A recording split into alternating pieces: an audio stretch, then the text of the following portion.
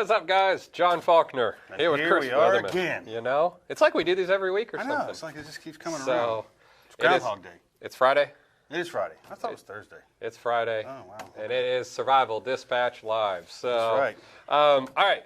Today's topic. I'm wondering if Brandon read the topic of today's, or I got to ask Brandon because So, all right. Today's topic is going to be water filter and purification systems for a B.O.B. and carrying. And carry. Yeah. Because we got a lot of So carrying stuff here. Emptied a couple of bags and a couple of boxes of water filters, and we kind of have a representation of pretty much everything here. Yeah. So, so guys, as always, if you guys questions with regards to water filters, purifiers, anything like that, carriers, bladders, bottles, you name it, drop it in the comments. Allie and Nikki are behind the camera, throwing questions up on the board. We'll get to them as always. So, so welcome to Facebook. And YouTube Live. So, all right. Let's start. I want you to start with Terry's. When we start, Terry says, with all the flooding, I would think a filter that takes out chemicals and heavy metals, too. What do you guys think? Yeah. So, this is a question that's been asked a lot, and it's one of the things that sparked this week's Facebook Live. So, your guys' questions and comments, just so you know, also reflect what we're going to be doing in the previous or upcoming weeks. Yeah, so. If you guys have questions on stuff more detailed than what we get into, or if there's something you specifically want to know about, let us know. I mean, we'll do a show on it, and if we don't know the answers, we'll just make them up. Exactly. We'll do a show on it. Yeah. So when it comes to, a lot of people asking, hey, I might live by a nuclear plant or a chemical plant, or, it could be an oil refinery or something like that. And if in a natural, disaster were to happen, all the way up to who knows what, terrorism, and water was contaminated, what kind of portable filters can I use to get out, chemicals or gasoline or oil or anything like that? And when it comes to getting chemicals out in a portable format, the selection gets a whole lot smaller. Yeah, it shrinks dramatically and quickly. There's really only a couple of options, and none of them are really perfect. Yeah. Let's put it that way. So we have two options for you here. The first one being the Sawyer S3. These are the squeezes. And these are like $70-$80. Maybe 60, I don't know. Nikki will put a link in the comments. And what this is it's a Sawyer squeeze up top and screws onto this rubber. It looks like an old school milk bottle, but it's made out of rubber. And within this rubber is a huge, I'm just going to call it a huge block of foam. Okay, they'll say it's special, proprietary, whatever. Magic. Yeah, but it has a huge block of foam in here, and what you actually do is you put the water in, and then squeeze it, work it into that filter for 10 seconds is what they say. Yeah, and then squeeze it out into your bottle. And they say that this will get out. It's rated for NBC, so they say nuclear, biological, and chemical. Now, they don't exactly go on to list exactly what chemicals they do remove, and that's really the issue. The other filter we have here that'll do chemicals, this one here, again, this is a water bottle that has a, pull it up. Basically, put the water in to the fill line, and then you just press this thing in there, and it'll fill this top chamber with filtered water. Yeah. Loosen the lid. That's right, compression. This is a great like EDC kind of thing to keep in your bag. It's nice for that. And this is a Grail bottle, Grayl. Nikki will put a link to Amazon also. That's handy. But again, none of them really say what chemicals they'll remove, and there really isn't a surefire way of getting, chemical contamination out of drinking water. So, it's one of those things where we're talking, bug out bags, smaller size. We don't have Berkey water filters here or anything. So if you live near a chemical plant or something like that, this is going to be the best option. And here's what we're going to do, guys. We're going to kind of go pros and cons of each of them. Just so you guys kind of get a sense of it also. The pro of this is, yes, it's supposed to, take care of NBC, like what Chris said. The con of it, it's big, it's bulky. By the time you put the foam within this bottle, it doesn't hold very much water. Yeah, I haven't tried that. So how much do you get out of it? I mean, what do you think? Probably 16 ounces. 16 ounces? And I mean, this is a 23-ounce smart water bottle, so maybe 2/3, but look how big this thing is. So that's kind of a con. Another con, I've heard quite a few people say the foam will start to deteriorate over time. Yeah, I was going to say in the reviews, one of the things I read is that they get a lot of the material out in the water, which I'm curious as to how they do that. If you have this on here with the squeeze, it should stop that. But I could also see that material clogging the squeeze up pretty quick, and you'd have to back flush that. Yeah, so that's an option. And then the Grail, this is actually what I keep in my EDC bag every single day. Just because it looks kind of normal, so I can pull it out in an airport or anything, and it doesn't look like I'm holding this, which looks like a big milk bottle. Big baby bottle. So, this is a fantastic option. And what's really cool about these is they have different filter options. So the orange is the most, it gets out the most particles and chemicals and everything like that. But you can just simply unscrew this filter when it starts to get used, put another one on there, screw it right on, put it right back down. But it just kind of looks like an everyday bottle. That's like a water bottle. That's what, and simply just like Chris said, you just push it down. It takes like 10 or 15 seconds to go kind of slow, and you're good to go. So so as far as chemicals, things like that, those would be our two options. Well, and that kind of leads into another question, like Brandon Brown asked about the best EDC. This would be a perfect, if you're doing an EDC carry, like you're working in the office and you want to have some way to filter water, this would be a great way to do it in gray man kind of style. It doesn't look like a water filter, but it is a water filter. So for an EDC thing, this would be perfect because not only do you have the filter, you have the container to carry the water in. It's kind of a one-stop shop for that purpose, in my opinion. I mean, the police ask here, let's see, on the Grail, we just moved. Let's see, does it have a capacity to take out straight an iodine? So I searched on their website for like 20 minutes, and it literally just states that it removes chemicals. Again, the back end. to we don't know what chemicals it removes. So it just says it removes chemicals. I'll tell you, I've had some pretty nasty water in this thing, and it does really good at removing like chlorine tastes and iron and things like that. So I'm sure it would probably do those, as well. All right. Let's see here. Skittles asks. McStabby pants. Skittles McStabby pants. I was trying to get a return visitor. Yes, he is. He's been here before. Yes. That is like that's a top 5 name. It is. That's a top 5 name. All right. He asked clarification between water filters and water purifiers. Well, pretty simple. The filters. This filters are going to remove things from the water. Yeah. Purifiers, like this MSR over here, they're going to kill off what's in the water. Yeah. Basically, it'll still be there. Yeah. It's just dead. And tablets, into your chemical purification methods. So look at it that way. The filter's going to take it out, and a purifier is just going to kill off whatever may be bad in there, be it viral, bacterial, whatever. Yeah. And purifiers like aqua tabs, and we'll get into that kind of stuff. Iodine, chlorine, bleach.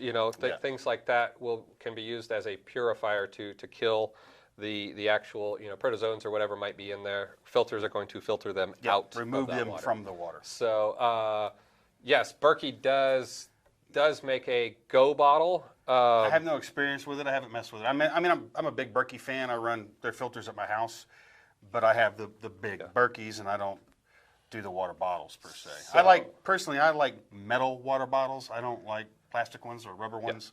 I honestly don't like my water being in plastic at all. Not a fan of that.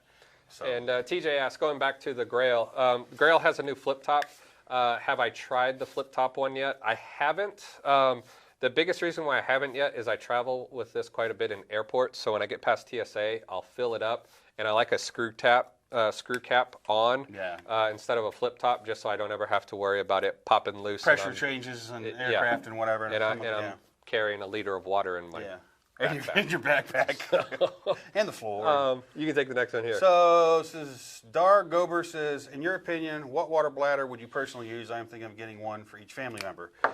Well, if you're talking like this style bladders, I mean, Camelback really is the elephant in the room when it comes to bladders. I'll give another option. I like the Camelback stuff. This is simply a mil-spec version, but in this is a Camelback bladder.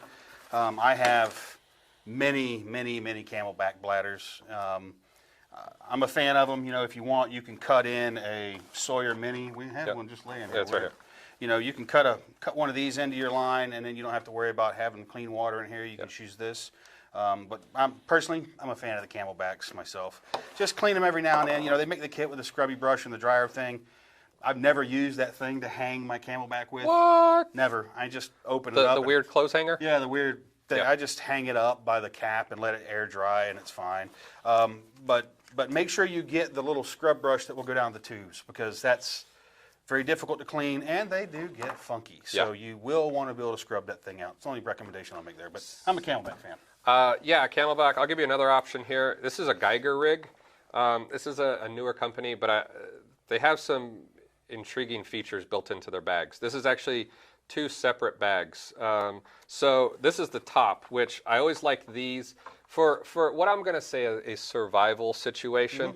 I love the fact that these open way wide in the top, unlike a Camelback where you got this little tiny hole.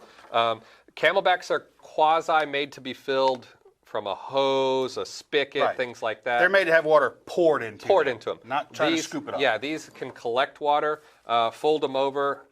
As you can see, this thing's kind of yellow. I've used it a few times. Close it up. Gatorade in it. Close it up. But the second bag, it's actually a separate bag that's built on the back of this. It actually has like a pressure cuff pump. Oh, yeah. Oh, really? And you pump it, and it pressurizes the bag. So you can actually have a pressurized... Oh, so you got pressurized water. Water. Yeah. So, you can squirt it into your mouth. You can hose yourself off if you need to, squirt things off. If you ever got like something in your eye or something. Do they come in bigger sizes? A super big gulp will these are they come in multiple sizes. But this thing is like bomb proof. I've never had really an issue with it. They have the hangers built into it and everything to hang in a bag. I hate bladders. I don't like them for multiple reasons. But Camelback and Geiger the Geiger rig is what I would. I'm a fan of the bladders. I like them. If you're on the move, I really love the bladders. So let's see. A lady out there said, "Hey, baby." Hey, baby. I don't know which one of us, Mel. I don't know who she's talking to. You know who she's talking to. Chris's wife. Anyway. So David Foster says, "What about MSR Waterworks?" Yeah, I had a Waterworks. And a Sweetwater, I didn't bring it. My Sweetwater is missing in action at the moment, and I can't for the life of me figure out where the hell it went. I have a Waterworks from probably 10 or 15 years ago. MSR makes, I think, fantastic filters. I'm a big fan of them. Yeah, same with Katadyn. Yeah, as far as hand pumps. What I'm carrying right now is that hiker because my Sweetwater's gone as far as AWOL. hand pumps, MSR, fantastic. Yeah. Katadyn, fantastic. Yep. You will not go wrong.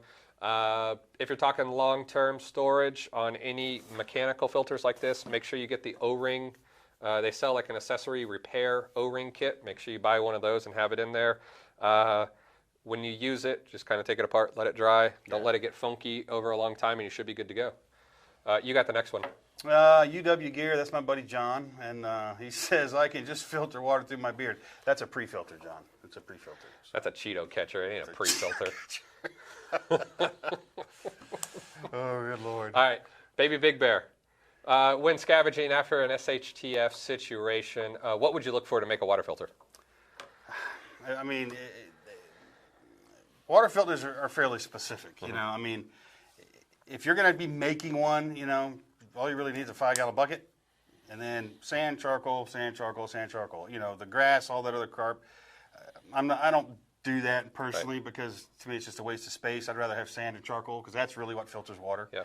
You're going to be crushing that charcoal as fine as you can get it too. Yeah. The smaller the particles, the better it's going to work. I mean, there's not really much else scavenging wise. I would say looking for things like coffee filters, paper just to kind of catch. Yeah, as pre-filter. As a pre-filter. And to also catch some of the charcoal, contaminants and particles. Cheesecloth would maybe be a good thing to put in the bottom of one, but, unless you can find filters of some variety, but then still trying to manipulate water through them, it would be tough. So best thing is to have things on hand already, and it's even as simple as watch our video. We did a DIY, make your own Berkey water filter. Yeah, I had a guy send me a picture that he made one. You can buy the filters. You can forego the expensive stainless steel just containers. Get food grade buckets. Food grade buckets. Put the filters in, spigot, good to go. So Charles says, have you looked at the MUV Survivalist water filter system? The Canadian prepper was talking about it.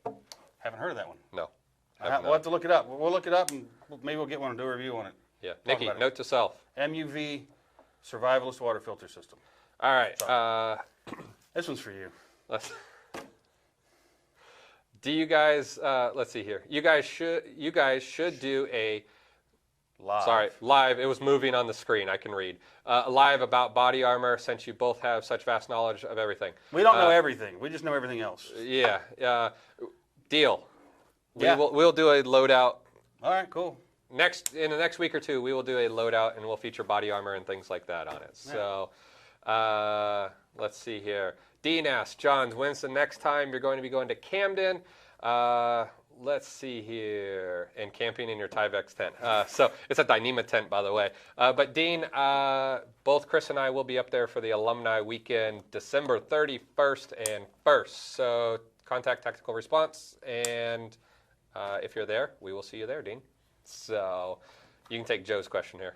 Yeah, Joe says, what's your opinion on the best filters purifiers for an urban setting? If you're talking static location, Berkey's. Just get a Berkey filter system and run it, or build your own. Like we said, you can find the video we did, and I even put it in an article form too in the Insider, step-by-step process, the tools you need and everything to build one of those. The gravity filters are really good because you're filtering water while you're doing other things. Let's talk to it.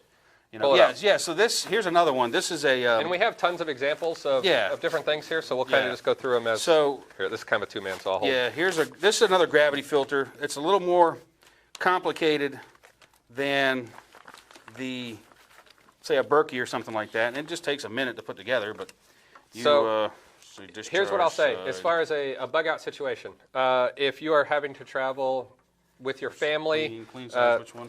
I can't remember now. Right there, blue. That's right.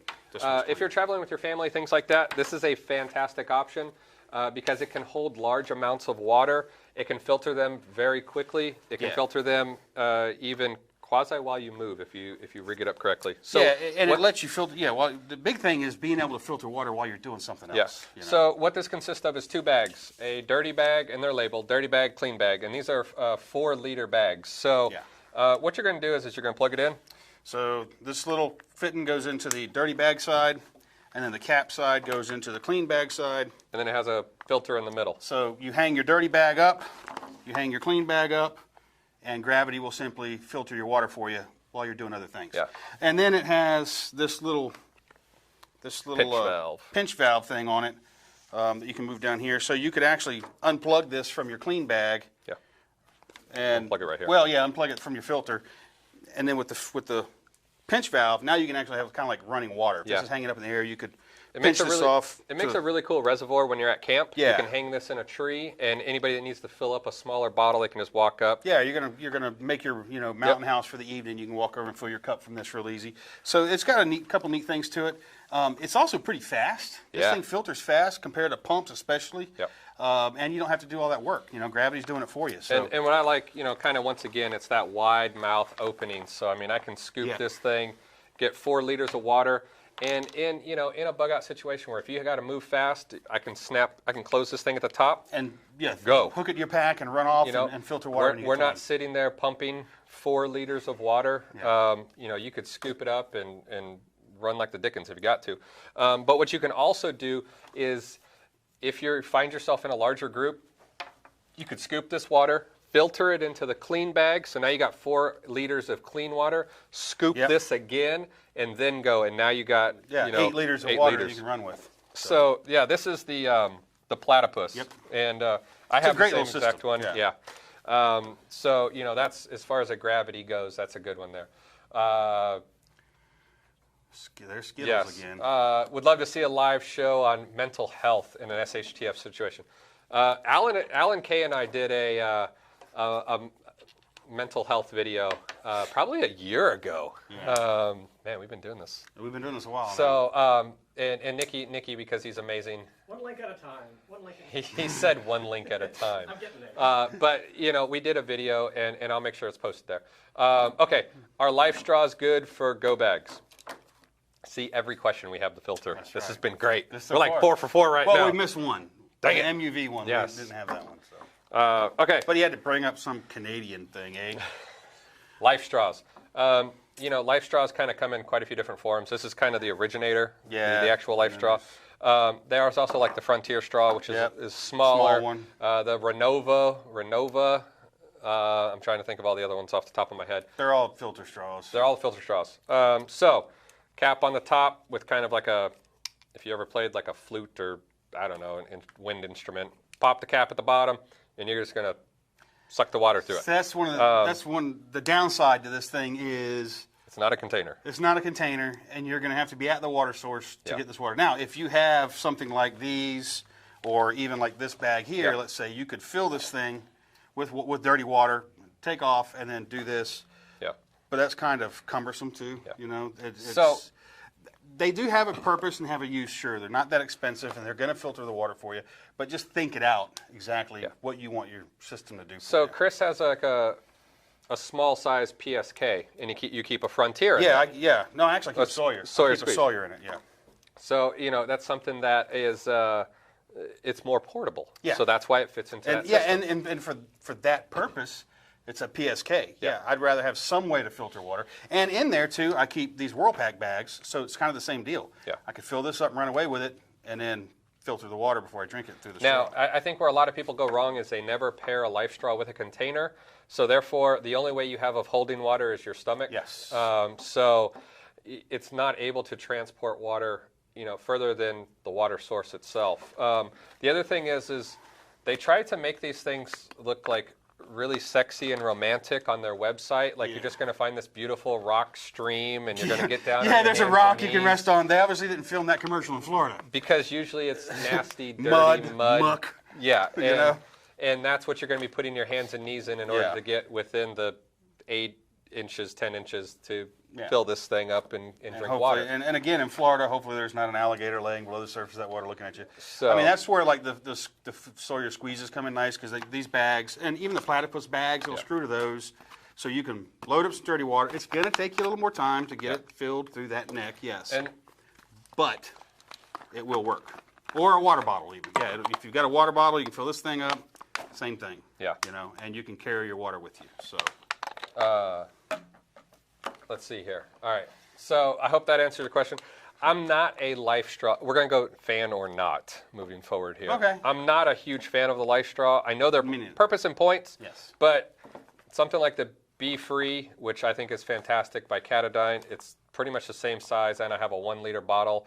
I mean, it even folds up to be smaller, Yeah, that's like these here, this Hydro Pack. Yeah. I like these just because they carry so much water. So and a big mouth. If you have one, it works. Keep it, use it. But I would go with something like a Be Free or a Sawyer Mini. Yeah, or a Sawyer Squeeze. So you can take the next one here. So it says New York Defiant says, you guys take on my water plans. He's Nalgene Backpacker 38-ounce stainless bottle. Okay. 4-way Silcox key. Good idea. Yeah. Portable aqua water purification tablets. Yeah, those are great. Platypus Gravity Works 2 liter reservoir. Yep. Replacement dirty bag. Yep.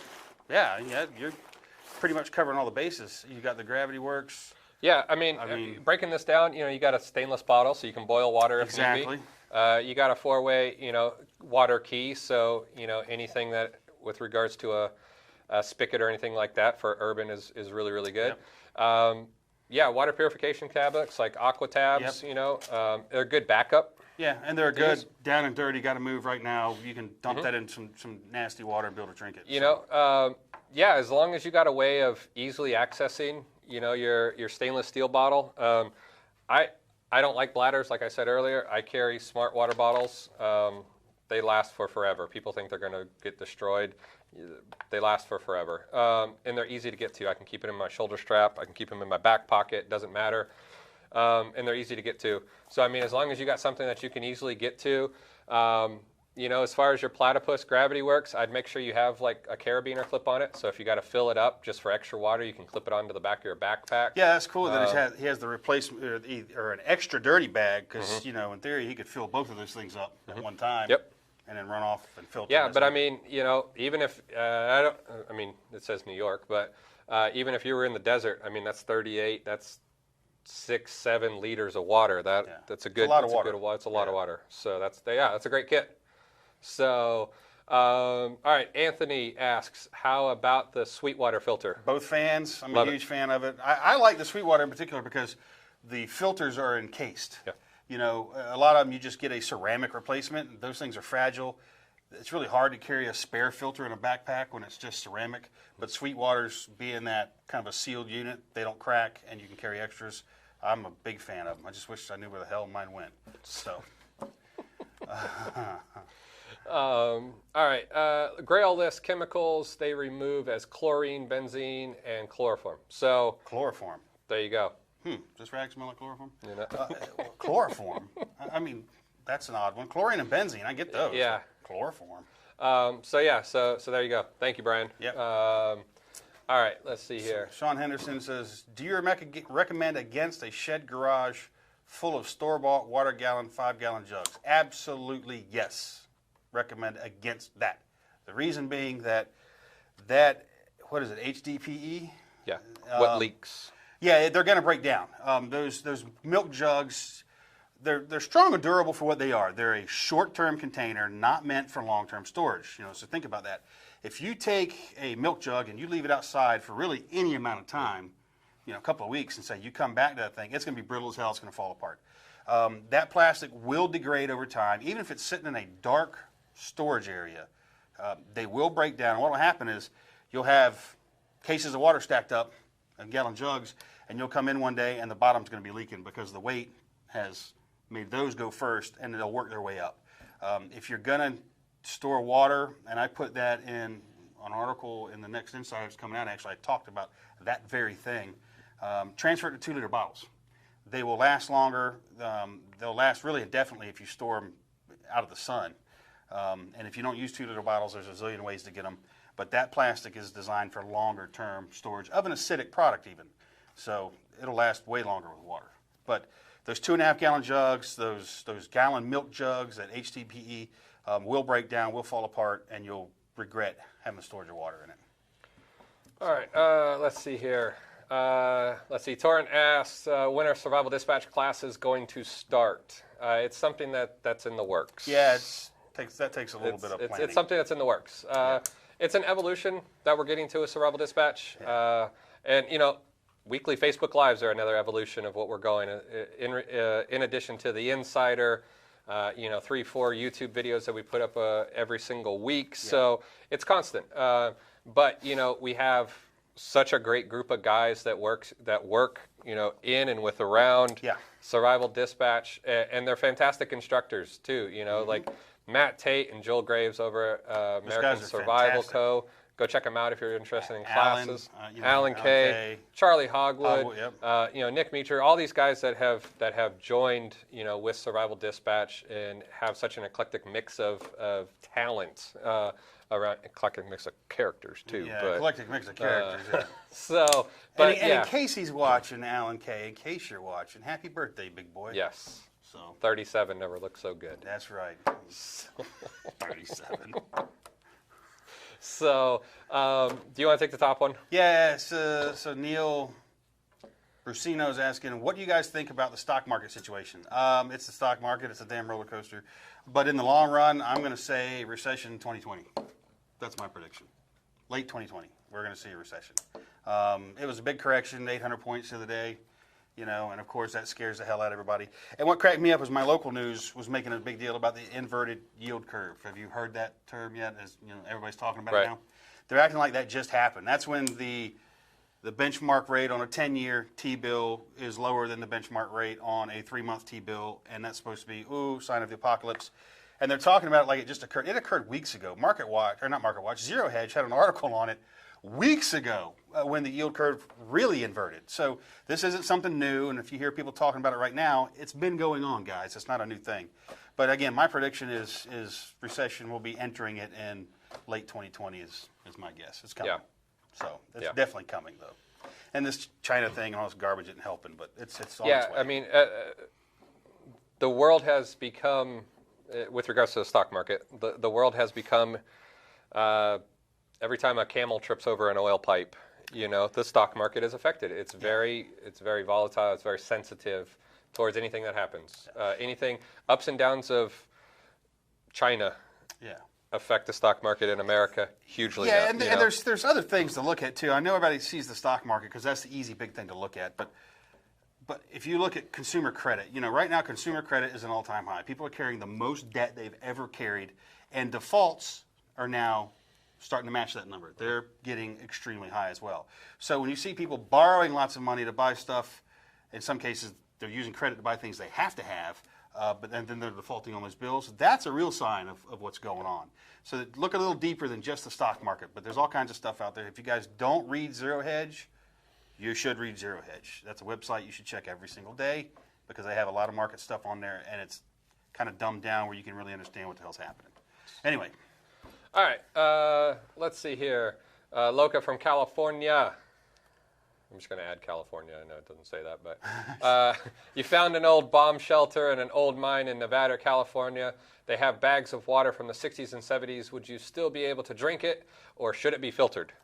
I'm going to say filter it because I don't know what the hell those bags are made of. If I have a filter, I'm going to use I'm gonna it. filter it, yeah. Now, if I'm dying of thirst and I don't have a filter, then I'm probably going to drink a little bit of it and see how I feel. Well, how long are you going to have to wait to see how you feel? A couple days. 3 days. So, and that's another thing to think about, guys, when we're talking water. If you're simply lost in the woods, and you're within 3 days of getting help, drink the water. Drink whatever water you find. Yeah, you might come home and have the trots for a few days, but it'll take 3 days really for that to manifest, so that's kind of your window. Anyway, so TJ Fletcher asks, do you guys know what happened to the bags that you could throw in a puddle and it would soak it up over time and filter it? What were those I called? think they were flavored. What were they called? I know what you're talking about, TJ. Yeah. They had a foam membrane in them. Yeah, I don't remember them though. And they'd pack flat. Yeah. And then you'd throw them in. And the membrang would soak the water up and squeeze it out. I don't remember what they're called. remember, I don't know if they're still around or not. Let's see here. All right.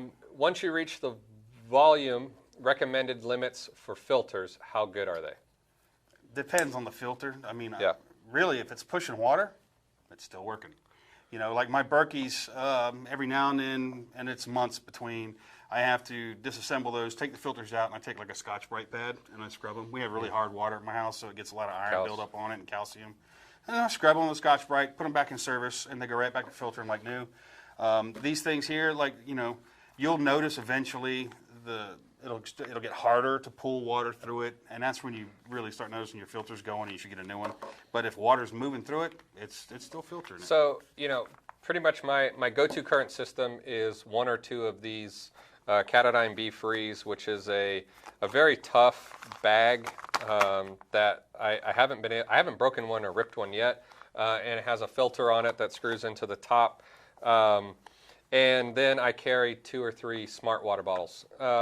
And, as far as filters getting clogged, if I fill this up when it's brand new, it takes me about 10, 11 seconds to squeeze it into here. After, say, 500 gallons or so, and we're talking, is there silt in the water? Yeah, it depends on the cleanliness. source. Yeah. It'll take about 30 seconds to fill the same bottle. So the flow rate really comes down. Yeah. Now, talking about advantages, disadvantages, trying to give you guys as much information as possible here. This is a Sawyer Mini, Sawyer Squeeze, pretty much same thing, just different sizes.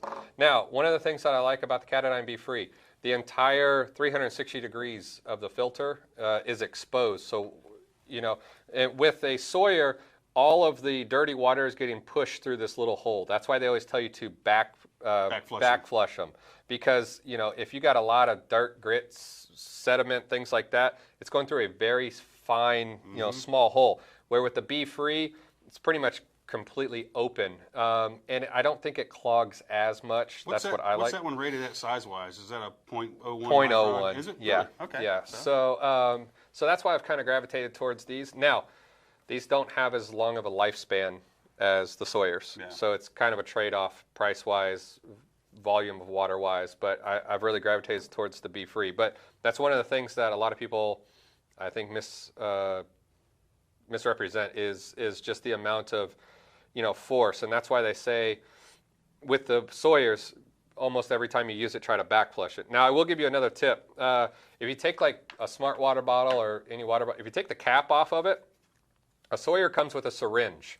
Take the syringe and either put it somewhere else or throw it away. If you take a smart water bottle cap on your water bottle, Sawyer has made it to where they pop right on. So you can back flush it with just a regular bottle and not have to take this syringe with you. Yeah. So just some weight and space savings, and then it can just stay right on, and you can squeeze it into whatever you want to. Yep. So there you go. Pete Hansen asked, what about canning water? I mean, you could. Is that beer? Is that beer? Yeah, I think that's called beer. John's right, Pete. That's called beer. I mean, you could. It seems like it'd be an awful lot of work for clean water. I mean, when you can take a 2-liter bottle, wash it out, go to your tap and fill it and throw it in the closet, and it'll be just as good, 2 years from now as it was the moment you put it in there. So, I mean, I don't see the benefit to canning it, unless you're looking for a more robust container. But 2-liter bottles, personally, what I use is 15-gallon food-grade blue drums. That's what I store my water in. But all right. Brian has a question here. A desalination filter. Can one be made with a metal bottle, hydration hose, and a fire? If that was all you had, or what all is needed? The biggest thing is you wouldn't be able to use a hose like this. No, you wouldn't be able to use a hydration bladder. You'd have to have a copper hose because that thing would melt. If you're talking about making he's not really talking about making a desalination unit so much as he is a still. You're talking about distilling water. You would need some metal parts to pull that off. The better sealed, the better. But you can also buy desalination pumps. If you want a filter that'll filter out salt water, their volume is a lot less than say these things even. Yep. I mean, they're a lot less because of what they're pulling out of the water. And they're also very labor intensive. But they are pumps that you can pull salt water through, and it'll come out clean drinking water. And they're pretty expensive too. Let's see here. Have you guys considered UV filters? UV filter is pretty much the only thing I don't have on this table, and there's a ton of them out Here's there. a UV filter right here. Take this True label story. off of it, and this is a UV filter. You can fill this bottle up with water, sit it in the sun for 8 hours, voila, clean water. Yeah. So, but there are other ones, the electric ones, the SteriPens, or whatnot. But yeah, and they work. I just don't trust them, man. I just can't. I want to know that water that's coming out of this thing passed through a membrane, and there's nothing that's gonna, wreak havoc on my bowels in here. Yeah, So, all right. Let's see here. What are some easy recognizable signs of dehydration that people tend to miss? I mean, I'll give a couple. Go for it. There's quite a few different ways of telling how often you're urinating. The color of your urine. The color of your urine. Yeah. If it's starting to get brown, you're in trouble. You're getting to be really dehydrated. Difficulty urinating is another one, But you can do things like you can do a skin pinch test. Yep, that's a great one. Where you just pull the top of your skin on your hand up, and it should pop right back down. If it stays up. When you're dehydrated, it'll take a second or two to fully go back down. And two, you'll notice if you're around somebody who becomes dehydrated, this is harder to notice on yourself, but if you're paying attention, you can, is they'll start having problems concentrating and completing simple tasks. They'll also get a hell of a headache. Yep. Hell of a headache generally comes with dehydration, and the farther you go, the worse it gets. But yeah, urine, how often, the color of it, consistency. When you stop sweating? Yeah, when you stop sweating, that's a really good sign. That's also now moving out of dehydration into dehydration and heat stroke. Yeah. So you're looking at two issues now at that point. So, the best thing to do is get as much water into them as fast as you can. Also, get them in the shade, get them sitting down and cooled down. So, okay, let me see. TJ Waterman asks, can you do vinegar to clean them to keep using the filters? No, what most of the filter manufacturers say is to scrub them. Scrub them. Yeah. I don't even scrub them. If they're filters like these. Well, they're not scrubbable. Right. I just but like this, run them under tap water. Run them under tap water. I blow through them as much as I can, or dry them, shake them to get them as dry as possible. Then I leave them on a drying rack for like a couple of days. Let them dry out. And let them completely dry out. Yeah. So that's the best way. And I mean, it's even like mechanical filters like this Katadyn. I'll do the same thing. Take the guts out. Yep. I'll clean it after a hike or something like that, and then I'll put it on the drying rack and just let it dry there for a couple of days. Same with the hoses also. Take care of your hose. Make sure they're clean. Make sure they're dry. Don't let mold and stuff, especially. I've seen mold. This is a weighted bobber. This is a pre-filter. It just has a little screen on the inside, helps get out some sediment. I've seen people neglect cleaning this. Oh yeah. And clean all their filter, and all they're doing is just putting mold right back into. And that's what I talked about, having that little brush for scrubbing out these tubes. You know, I mean, like your gym teacher told you in your school, take care of your hose. W. Reed asks, if you're going to purify water that is murky, isn't it better to strain it through a T-shirt or cheesecloth? Absolutely, anything pre-filtered. If you got really nasty water, you know, pre-filter through grass if you have to. You know. And there are things. Coffee filters, any damn thing. You know, a coffee filter is something that I usually have in my water purification. You know, your shamag, your T-shirt, your whatever. You know, put something around it to filter it if it's really bad looking funk. Let's see here. You can take that one. So CL says just boil salt water under a tarp, catch the condensation with a baby pool or equivalent. Yeah, absolutely. I mean that'll work. You know, it's still evaporative. Desalinization is all you're doing, and it'll certainly work.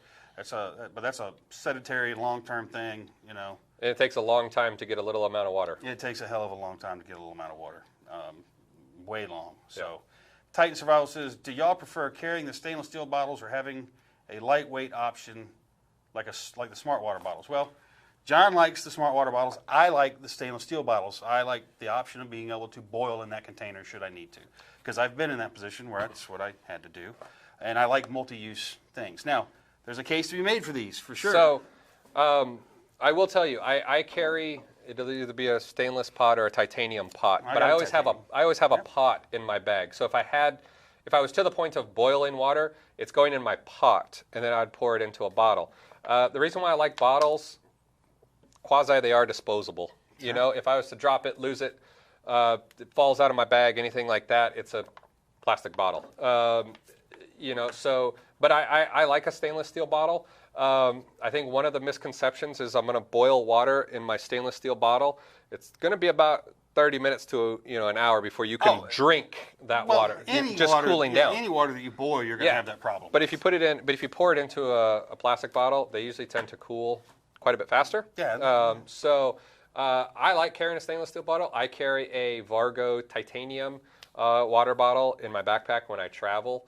For more reasons than just boiling water. TSA approved. Yeah. So things like that, I'll carry a metal bottle. But as far as just drinking out of, I just go with smart water bottles. Yeah. I like the metal ones myself, so just each his own. Let's see here. All right, for a child's Bob regarding a Sawyer personal water bottle filter, do you think 34 ounces would be too heavy for a 7-year-old to lug around, or should I do like a smart water bottle or a Sawyer Mini? I would go with the second option myself. 34 ounces is going to be heavy for a 7-year-old. Yeah, and if you're talking a Sawyer personal water bottle filter, I don't know if you're talking about the water bottle, because they make the water bottle ones. I'd probably lean towards something a little bit smaller. Probably a little bit more kid-friendly. I mean, think about that 7-year-old trying to take that 34-ounce bottle and take a drink out of it, too. That's Yeah, it's heavy. Yeah, they make YouTube videos out of that kind of thing. I would get them something smaller, and lighter, and maybe you carry some of their water weight would be a better idea, not to wear them out as fast. 7-year-old, they're mobile, and they're getting a little independent, but they're still little bitty guys, and you'll wear them out fast toting something that heavy around. Let's see. Please talk about filter sizes and viruses. I've heard don't worry about it in the U.S., but in a major flood, seems like it would be a necessity. Worry about it in the U.S. You should 100%. You need to treat every open source of water as suspect. Flowing water, open water, I don't care. Unless you are at the source where it comes out of the ground, it's suspect water. Yeah. But you need the 0.01 micron. That's pretty much the industry standard. They're going to tell you it removes 99.99% of all stuff, only because the government won't let them tell you it removes 100%. Yeah.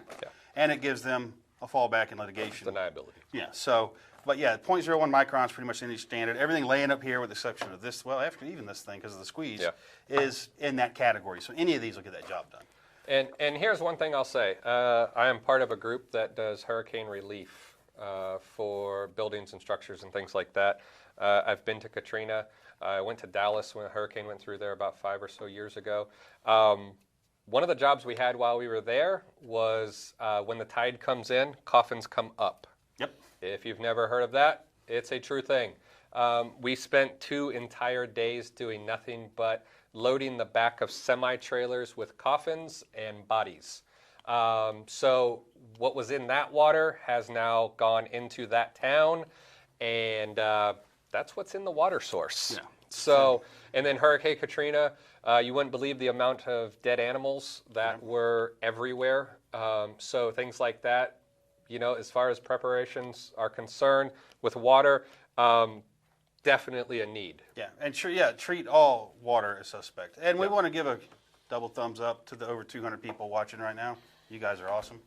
But yeah, every surface water needs to be treated as suspect. Like I said, unless you're right there where it's coming out of the ground, then it's okay. But so Sean Henderson asks, is there a difference between brown, green, or clear 2-liter bottles? Is one better or worse for storing water long term?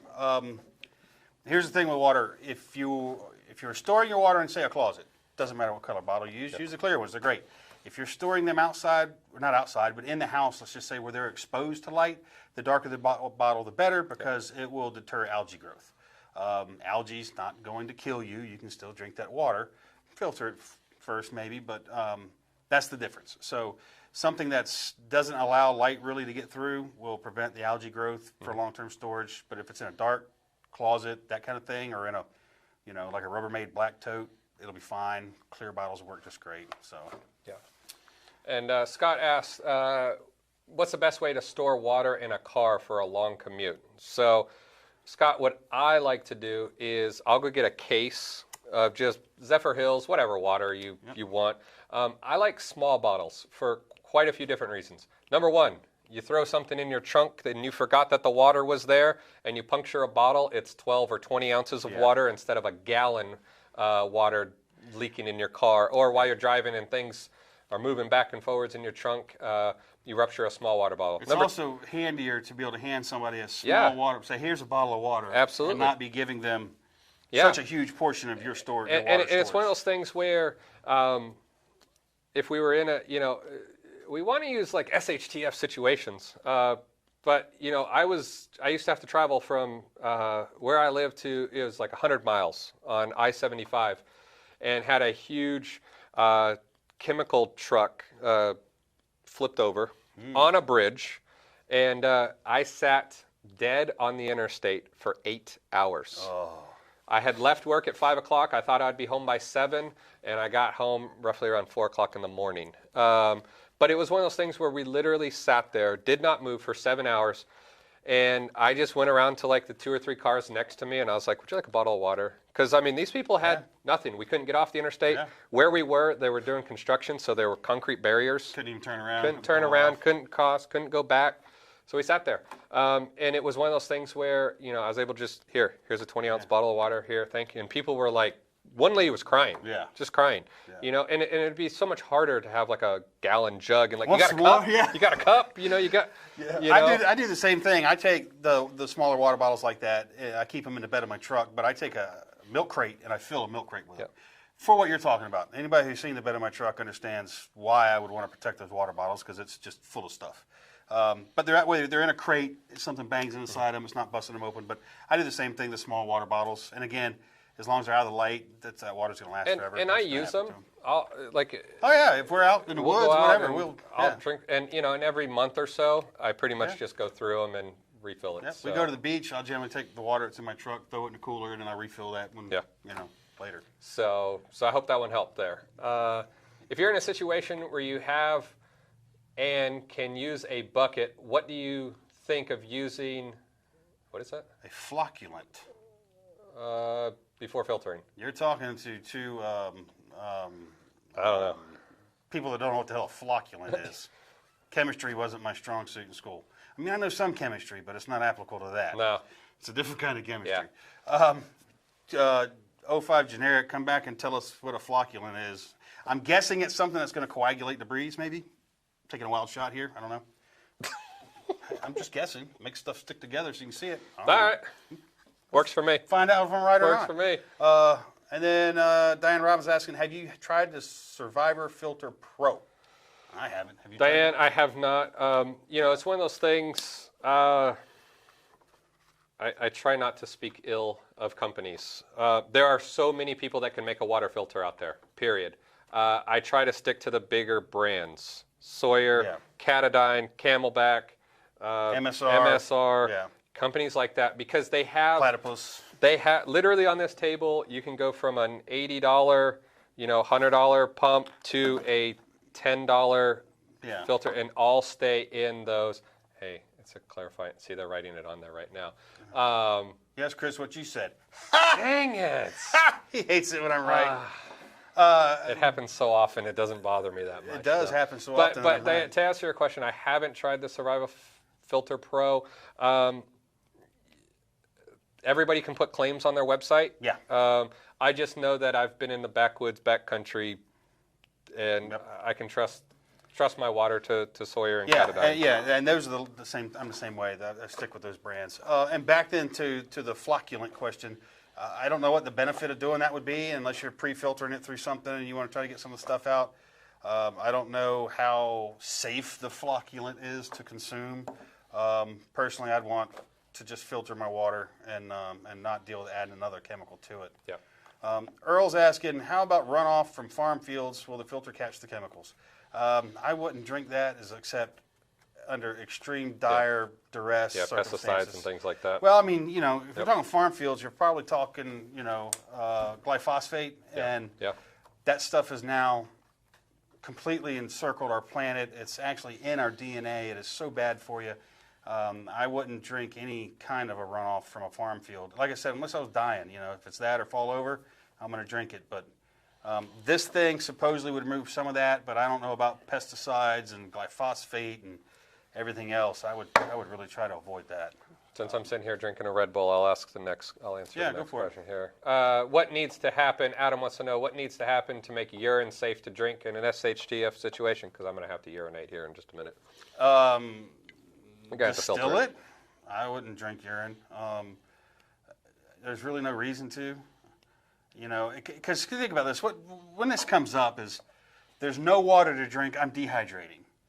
So I'm going to urinate and drink my urine. That urine's probably going to be about the color of this damn bottle. And really, what are you putting back into yourself but all that garbage? There's very little actual water in there.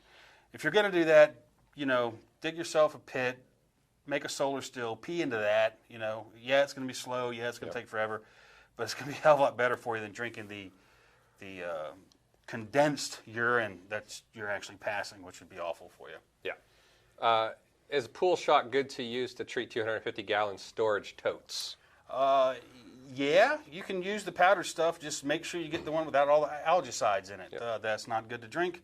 If you can find the straight up, it's not chlorine, it's another chemical that they use, but it's essentially chlorine. Yeah. I have bags of that actually at my house that I use stored for that purpose of treating. And going along with that there, this is a portable way of purifying water.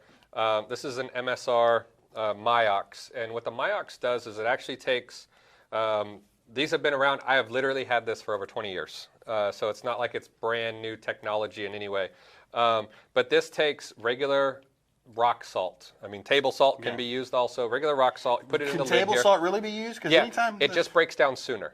So rock salt just lasts longer. Okay. And you put a little bit of water in this, turn it on, and through an electric current, it makes an oxidant, pretty much bleach. Yeah.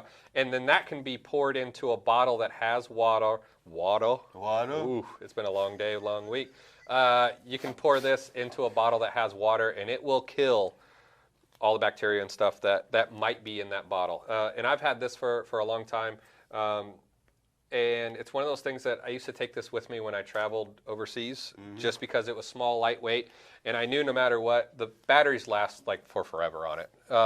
So I knew as long as I could get salt, I could always purify water, and I didn't have to worry about filters going nasty on me. The next question here is, what about rain catchment from a roof gutter? Anything from shingles going to kill me? Believe it or not, in a lot of states it's illegal to even do that. And one of the biggest reasons it's illegal is because of the shingles. So, Yeah, they have a lot of nasty stuff in them. They have algicides in them. They have petroleum in them. I wouldn't collect water from a shingled roof for consumption. If you're going to do that, collect it for things like hygiene, for flushing your toilets and that sort of stuff. Now, if you have a metal roof, good on you. Catch that stuff and save it. It'll be good to go. You know, but I wouldn't do it from a shingled roof. Or if you had to, at least filter it. Yeah, if you have to, filter it. I mean, if you have to, you have to. But you know, not my first pick. I'll let you do that. Next one. Is the old Katadyn pocket filter obsolete? It was only rated at 2 microns. That's the small stainless steel one, if I remember right. Yeah. It's pretty much obsolete. Yeah. You might find them used or, you know, in the bargain sections here and there. But yeah, I haven't seen one in quite a while. A lot of people have gotten away from pumps. They've just gone to... I'm a huge fan of them. Yeah, and I'm not saying that's a bad thing. It's just a lot of companies are starting to go... I mean, even Katadyn has really moved to the in-bottle solution. Yeah, I still like my pumps. Yeah. So a big hello to Luis Miguel Braga from Portugal. Thanks for tuning in, man. And he says, how many backups redundant to the filter do you keep in your B.O.B or your B.O.V? So in mine, if we're saying filters only, I have at least 2, but I have other ways also of purifying water as far as chemical means and whatnot in my bags. But I always have 2 filters minimum. So for me, it's in my B.O.B. There's a B-free.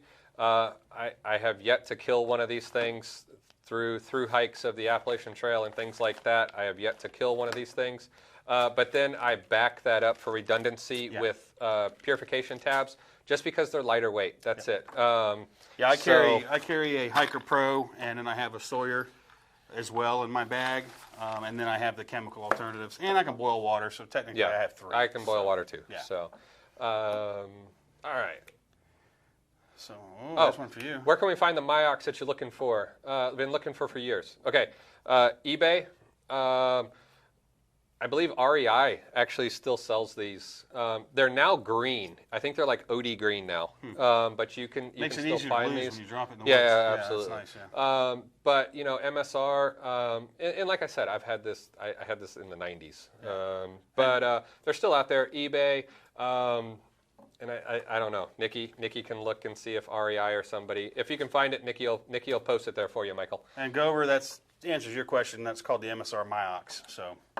Sorry, MSR MyOx. So Titan Survival says, what would you guys use for a large home-based or a 5-gallon bucket kit? Yeah, I mean, we did a video on making a bucket filter out of using Berkey filters. Yeah. And that would be perfect. You know, you can run 1 or 2 of those. Here. You know, actually, yeah, we have it sitting over here. We'll show you. Here's the one we made. Because I forget to take things home. Yeah. There you go. So here's the filter we made. Come on out. So in this one, we only put 1 filter. So I'll show you guys. There's just 1 filter mounted in this. Obviously, you can do more filters. And then the bottom one, we just drilled 1 more hole, put a spigot in, cut a hole in the top that the filter will go into. And then the filter sits right there, and there's your water filter. So real simple. 5 gallons into the top. It's going to filter down through that filter into here. Put the spigot off the end of the table, and you're in business. Good to go. Super simple. So yeah, and it's a lot more cost efficient. Way more cost efficient to build that yourself, unless you want the pretty stainless. I mean, I have 2 of them, so I can't really talk about it. Now, if you're married, buy the Berkey one, because your wife doesn't like having. She's not going to want 2 5-gallon buckets in the kitchen. Make sure they're pickle buckets, and you can call them shabby chic. You know? Shabby chic. You can paint them, you know? Yeah, you can do art on them. Yeah. You can put hearts and flowers and peace symbols, whatever. The guy that made one that sent me the picture the other day put 2 of my decals on it. I thought that was pretty cool. You know, you put a little roller marks on it and call it shiplap. You know, then they're good to go. Yeah. I watch all those stupid shows. All right. God, I don't. We've got another question here, kind of off topic, but we'll do it. Has anybody done survival videos on group dynamics, how to manage group peoples, working on group with people, conflict resolution in groups, things like that? Did you do that with Charlie? Yes. Charlie Hogwood was here. Nikki, when's it going to... For our insiders, in the next week or 2, Charlie Hogwood did a 2-hour video. I also recommend his book, which Nikki will leave a link to right now. Charlie is a fantastic resource when it comes to building a community. He went out and researched, everything from Amish groups to military groups and what makes them tick. Leadership, responsibilities, dealing with situations, roles, everything you can think of. So I definitely make sure you check out his book, and Nikki's going to tell me the title of it because I couldn't remember it. Well, Mags, there's a second one after Mags. It's Survival Group Handbook. No, Survival Group Handbook. Survival Group Handbook by Charlie Hogwood. Nikki will leave a Amazon link for it. It's a must-have in your survival library, a must-have if you're with a group of people. And you should be with a group of people because just an hour ago we shot a video on being a Lone Ranger, and it sucks. Yep. Lone Ranger's a dead ranger. All right. Anime says pull shock has very specific storage requirements. True. You can't just throw that in your shed and expect it to be good when you come back to it. So yeah, read the label on it and store accordingly. And then Rebel Scout says, hey guys, from Atlanta, from hot Atlanta. We drive through there all the time, yes, Scott. we do. Says, I am a Leo, and I keep a bailout bag in my patrol car. What filter do you recommend? If you're in Metro Atlanta and you're looking for something quick, down and dirty, I would do one of the bottle style filters, something like this. You can fill up and keep going. Yeah. Even the Grail, so you're not taking time to take a pump and sit down and pump water. Now, if you are one of those guys that you always have bottles laying around, even if they're like soda bottles, you could always just have a Sawyer mini in there and screw it right on, and you're good to go. Screw the top on, and boom, business, ready to go. Yeah, you could have 2 or 3 water bottles that you can fill up from whatever water you can find, throw them in your bag, keep walking, and just change the filter out to the new one. So in any Sawyer Squeeze, Sawyer Mini, we'll screw right on. Or like he said, John, the Be Free. This has a filter built into it too. So I would do that as opposed to gravities or pumps or anything, because obviously keep it lightweight, and you're going to be moving. So. Yep. Yeah. Let's talk about your go-to. My go-to is always going to be a pump filter. The Sweetwater is generally my go-to, but like I said, it has gone AWOL, and I'm trying to find it. That's my go-to filter. That's what I use. I like to keep all my water containers clean if I can, of clean water, so I know they're not ever been dirty. And so that's how I operate. Now, if I have to fill up with dirty water, I'll do it and filter it later. But just situation dependent. Yeah, and I prefer to go with the Katadyn Be Free, like I said, and some smart water bottles. Now, I will say I have been praising the Katadyn Be Free. This entire I'm not endorsed, and I don't get money from them or free product. The only downfall of the Be Free that I can think of is it's not a standard water bottle size. So if this bag were to completely blow out on me, just completely rip aside, I can't stick this into pretty much any bottle. I don't know if it'll fit this. I'm just curious to see if two different manufacturers.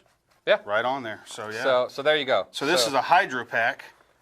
But that Be Free filter fits right on. I might have to get one of these just because of that. But any type of Sawyer filter, it's going to pretty much fit on any Coke bottle, water bottle, 2-liter bottle. 2-liter bottle, you name it. Yeah. So I promise, if you walk down the interstate for a half a mile, you'll find 2 or 3 bottles that. Yeah.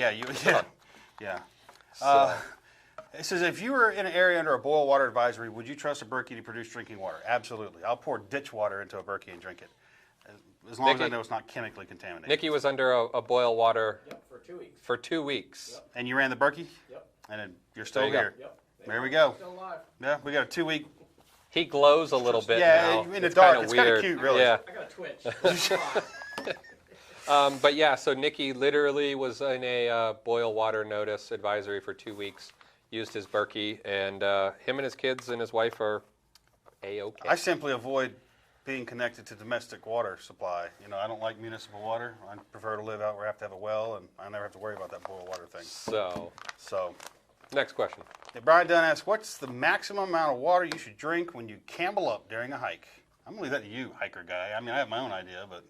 I drink as much as I can. Exactly. All you can hold is what I was going to say. All I can hold. Yeah. And that's what you should do anytime. If you're in a, an emergency situation or whatever, you're lost or it's post-collapse or anything like that, and you come to a water source, you should drink every single drop you can put in your body. It's common to find people lost in the desert with half a canteen of water, dead from dehydration because they're trying to ration their water. The best place for your water is in your body, not in your water bottle. So now I will say, one thing that you want to make sure, like when I'm hiking and stuff, I always try to have lunch or something like that when I hit a water source because I would drink a lot. Because a lot of times you'll drink a lot and you're like, oh, I'm full, I'm done, and you just take off. Where if you sat there for even like 10 or 15 minutes, you'll be able to get some more water in you. Because your body's going to it's going to start to suck it up, and you can get some more in you. Now, if we're talking SHTF situation, you're on the run, you know, you drink as much as you can, as quick as you can, as safe as you can, and keep moving, got it. But if it's a place where you can take your time, I always tell people, you know, take 10, 15 minutes and drink as much as you can while you're there, then top everything off and then take on. Yeah. So let's see what we got on here. It says, thoughts on some of the water distillation kits hitting the market from Florida, so it would be interesting if they work. Now, I'm wondering, are you talking distillation or the condensation style? The ones that actually draw it out of the atmosphere? Down here, I think those would work fantastically, but they're going to obviously require some power input. You know, so there's that to contend with. Here's what we'll do. If you would like to see us do some of those reviews, comment below on what kits you're thinking about, and we'll see if we can pick one up, and we'll see what it'll do. We'll test it out. So, all right, Eric wants to know, do you guys pre-filter the water before using the gray? The Grail, I use this more of an urban setting, so it's out of a tap water or things like that. I've never like dunked this in like uber murky nasty. If you had to, you pull your t-shirt over the top of it. That's it. Yeah, that'll pre-filter the big stuff. Yeah. And JT Waterman says Berkey doesn't sell to Iowa or California because the legislators in those states are nuts. What other one would you advise people to get in this? I can't remember the name. There's a couple of them out there like Berkey. If you can you buy them on Amazon? Berkey, yeah, you can buy them on Amazon. Yeah, I bet. Can they buy them on Amazon? No, they cannot. They will not ship to California. They're not legal in California because they don't meet California's insane requirements to say it cures cancer or whatever. So. But yeah, if you Google Berkey filters, you'll get other brands that will pop up too. I just can't remember the name of them. I've been dealing with Berkey for like 15 years, and it's just I haven't needed to look at another brand of those. So, I thought that said Gronkowski. I was having to look at his name. Michael, sorry, I didn't mean to do that to you, but I really thought I'm like Gronk's in the room. Anyway, so would you trust a Sawyer Mini for water that might be contaminated with chemicals like fertilizer? No. It's not going to remove chemicals. Yeah, you're going to want to go to. You're going to want to step up and go to like. And even this may not pull Yeah. fertilizers out. Again, chemically contaminated water is something you really need to try to steer clear of. Hardcore. And I will say, if you are in an area like we talked about earlier, you know, near a nuclear plant, chemical plant, oil refinery, things like that, your best bet is to probably store more water than you think you need. Ever, yeah. And here's something else you can do. Now, if you come to a water source and it's like, all right, this is farm runoff or this is potentially contaminated with chemicals, move off to the side of that source a little bit and start digging.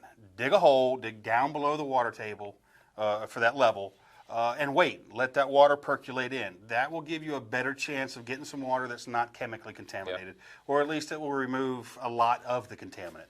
I would still filter that water. You know, but that's one thing you can do to kind of get around the chemical thing a little bit. But it's the only way I would. And it's a process too. Yeah, usually for that to work, a hole has to be 3 feet wide for every foot you go deep. So it depends, to keep it from falling in. It depends on your water soil. Here in Florida, that's the case. Yes, absolutely. But in other places, you can get away with it. But yeah, you're going to have to dig down, dig a hole, let it slowly trickle in. You know, and then even give it time to settle, so the sediment from just digging the hole will settle out. And then you can scoop that water off and filter it or whatever.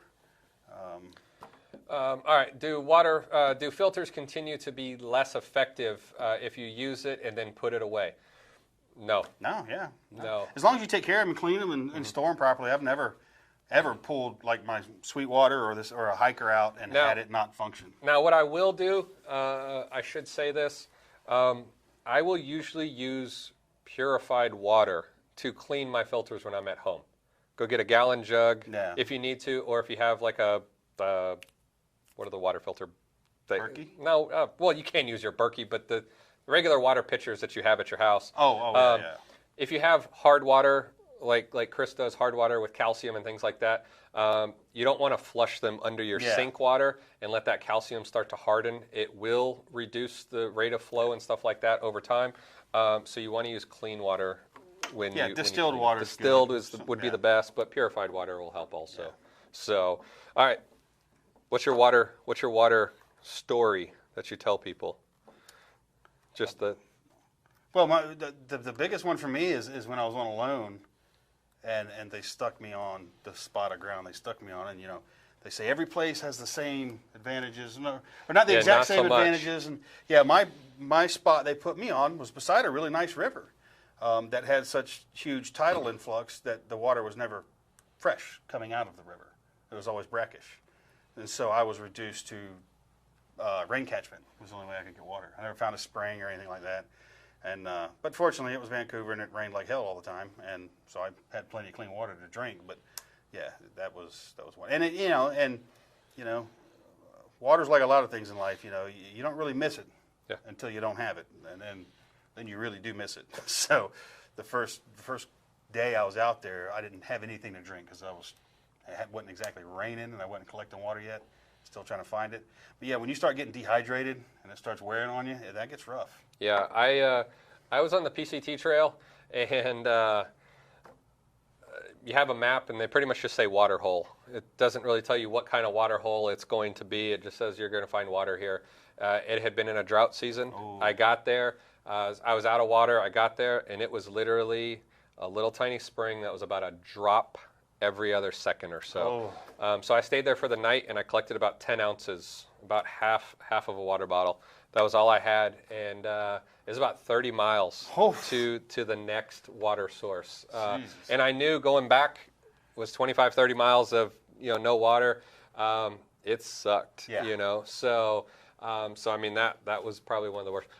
Thank you. Yes, Brett, Kim. A water filter. Thank you, Thank Kim. you for tuning in, Kim. That's a lovely lady right there. Yes, thank you. That was what I was looking for. Brett, a water filter. Use that to clean your filter. So, but yeah, so I mean, we've all, gotten to those places where, water was a necessity. Yeah, it is. We take it for granted because we can walk into any store and buy one of these, or walk up to the tap, hit a water fountain, it's always there. But when you get out into the real world, the natural environment where you're actually designed to live, the water gets a little more tricky. And I will say, I think it is one of those overlooked situations when it comes to a bug-out bag scenario, bug-out situation, a get-home situation. Most people probably aren't going to have enough water on them. No. It doesn't matter where you live. And that comes to, you can resolve that a couple different ways. Make sure you have a lot more water in your vehicle. Make sure your bag has some water. It could be the stored long-term bagged water, if that's something that works for you. Like the lifeboat water, little bags. Yeah. Make sure you have a map. GPS is fantastic. If you can get satellite views that might show where water is. If you live in an urban area, you should know where every single fountain is. Yeah. Because it's going to be filled with water even if water stops flowing. So know where fountains are. Public parks, swimming pools, things like that, because you are going to have water sources on your way home. So Michael asks, are there any chances of SD outings in the near future? We might be doing a hangout event soon. That'd be cool. We could do a hangout event. The weather is beautiful here in Florida. Come on down. Come on down. Yeah, you can drink the air. It's amazing. Doug wants to know, is this filmed at Big Daddy Unlimited?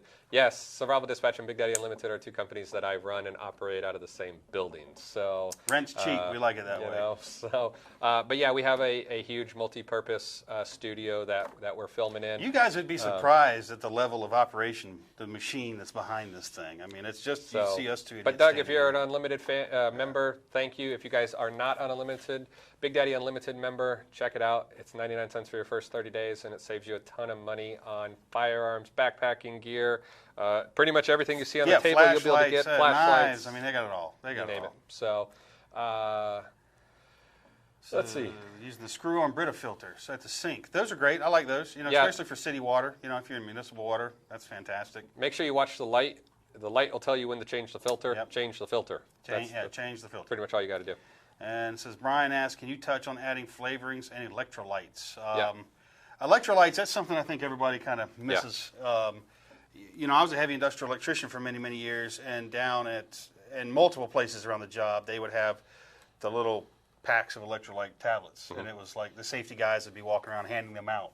So that's a big thing to consider is to have some of that stuff put away in your bag, be it powdered Gatorade or the tablets, or even if just a little sugar and salt mixed in with your water, very light on the salt and the sugar, but that's another electrolyte. That's how you get them. But yeah, and flavorings, I'm not a huge fan of flavoring my water when I'm in the woods, because when I'm in the woods and I'm super thirsty, I just want water. I mean, my body's craving it. I don't want anything else in there. I always have, there's quite a few. You can use Noon, N-U-U-N. They make tablets that are really good. They come in like a little I've got plastic some in my truck. In that pack earlier. Yeah, a little plastic capsule. Those work really well. Tailwind is what like a lot of ultra marathon runners use during events because it's easy on the gut, but it also has calories built into it, and it tastes really good. Whenever I'm using water purification, at the end of the day, this is pool water. Sorry, it just tastes like pool water. Iodine is just as bad. No, iodine's worse. If you're trying to be nice. If you're purifying water with iodine, now they make a newt. You can get a neutralizer. You can buy the packs that have iodine tablets in the neutralizer.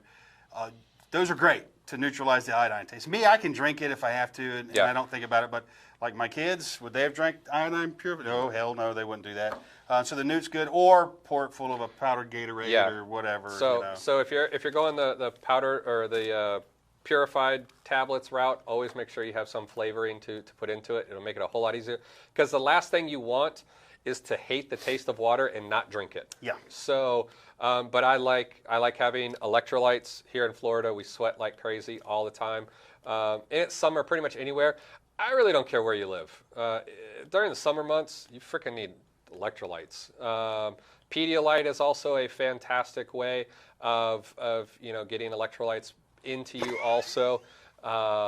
It's so funny. We were talking about that earlier. So, but yeah, make sure you have electrolytes in addition to your water kit as well. So. Rebel Scout's asking, would you filter water from a hot water tank? Nope.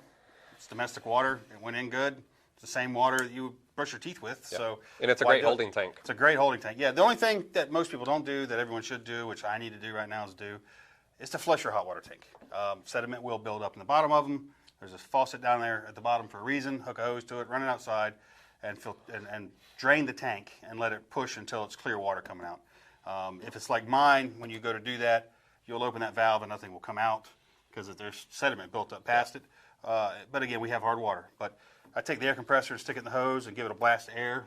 That knocks that stuff out of the way, and then your tank will drain and you can use that water. Any creative ways to get power out of a well with no power?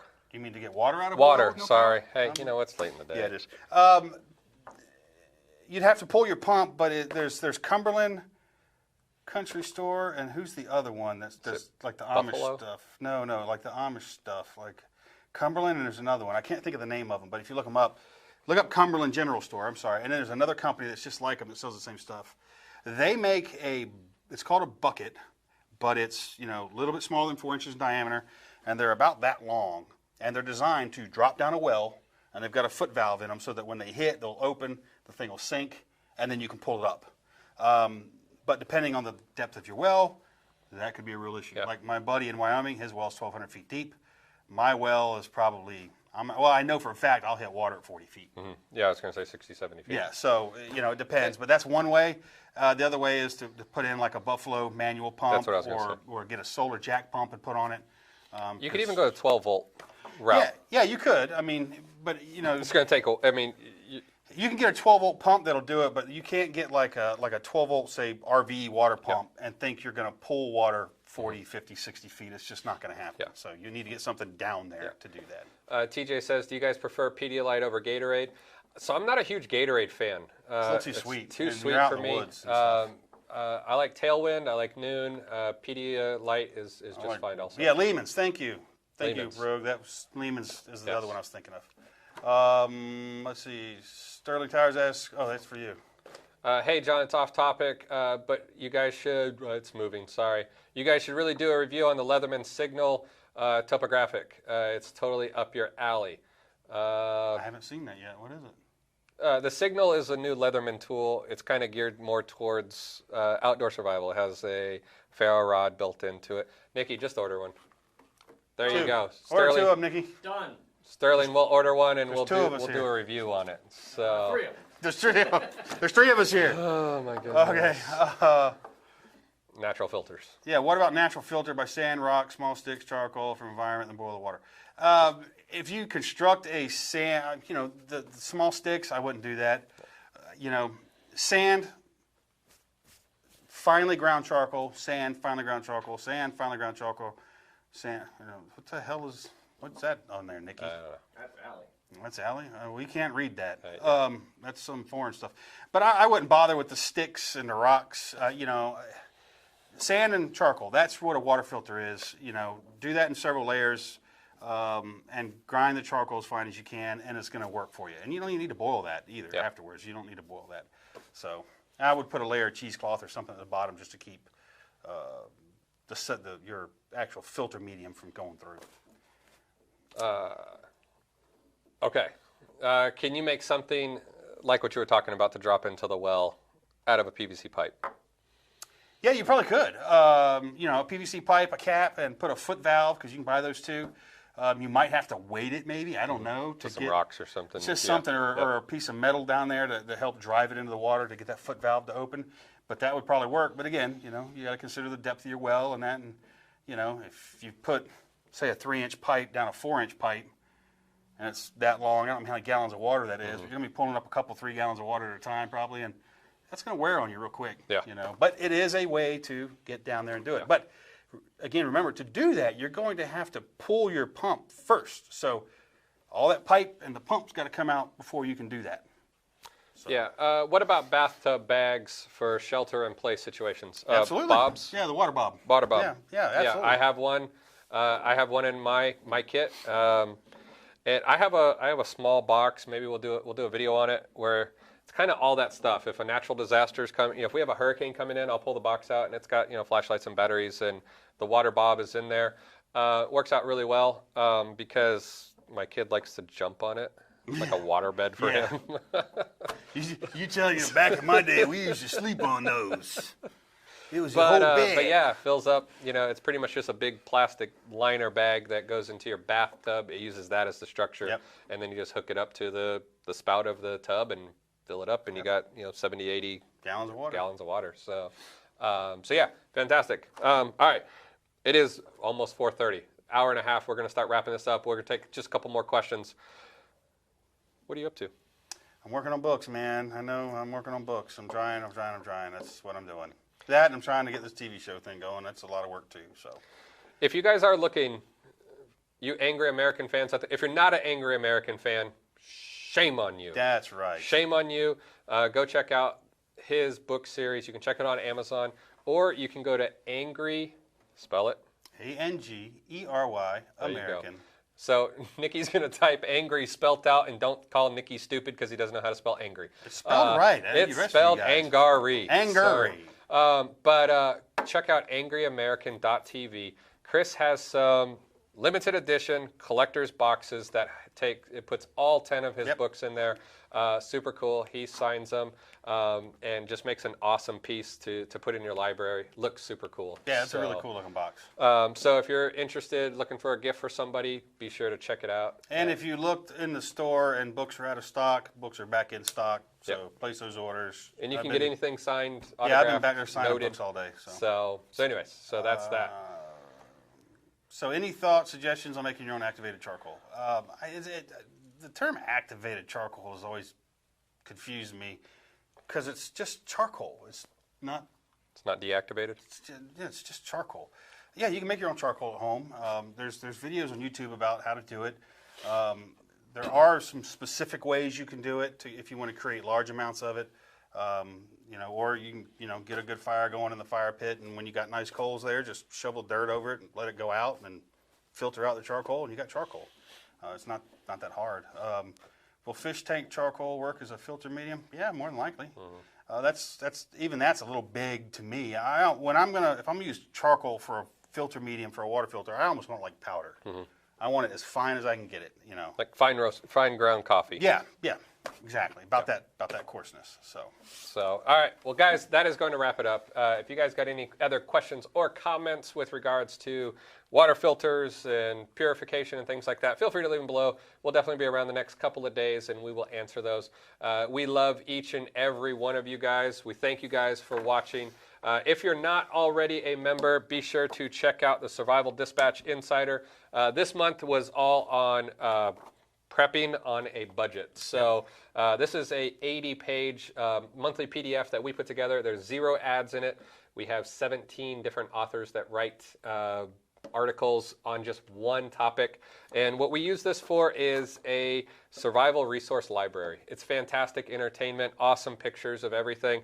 But we do it on just one topic so that when you're looking for something on fire building or shelters, you can go to that article and find your answers. So and for for all the YouTube, because we're on YouTube today, and we've got a lot of YouTube subscribers, and for you freeloaders out there that are just on YouTube, by subscribing to this is how you support this what we're doing. As you guys see all this stuff laying out here, the stuff costs money. There's a lot of money invested in this project too. We spend a lot of money doing things, getting equipment, testing it. We're getting ready to go spend a couple days in the mountains. You guys are going to get a really cool video out of that because it's going to be awful, but it'll make for a good video. So we're going out and doing things, and we're providing you guys awesome content. The way you support us, we don't do Patreon. We don't sell advertisements in the Insider. It's just that little monthly subscription. Yeah. That's how we support what we're doing. So you can check it out. First 14 days are free. Yeah. If you don't like it or find it informational, you're wrong. Cancel it anytime. Other than that, it's $9.95 a month. So we thank each and every one of you. Make sure you hit that like button and the notification bell so that you're aware of every single time we launch another live here. We thank you guys. We hope you have a fantastic weekend. And until next time, be safe. Until next Friday, guys. Be good.